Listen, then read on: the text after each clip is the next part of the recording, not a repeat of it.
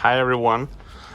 Today let's talk about the oil catcher for Porsche 996. So the ones who already subscribe my channel, they know that during the track day or racing I have some problem with oil, and because of that oil in my intake I have a lot of smoke after some corners. So what I did, I ordered from Psycho. Psycho is a professional oil catcher maker from USA. So I I email him, we have chat, and he gives me the latest version of oil catcher. So as you can see, they make some upgrade. Well, you can get all the details in website of him, and so on and so on.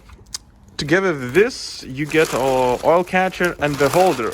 But to be honest, once I try to install it, I didn't find a place where to put it, so I decided to put it here on the right side of the car, and because of that I made myself the holder. Okay, so how to install? First of all, you put it here, the oil catcher, and then original there is a line from AOS. So what I did, I cut that line that is from here to this place. Yeah, so I cut it around 10 centimeters of that, and then I put this line into the oil catcher and another line to the original place from AOS to intake. Okay, that's it. Another question is how to drain the oil that is already in oil catcher. Originally there is a place under the oil catcher, but it's not so easy to do, so I decided to add another line, and that line goes until here.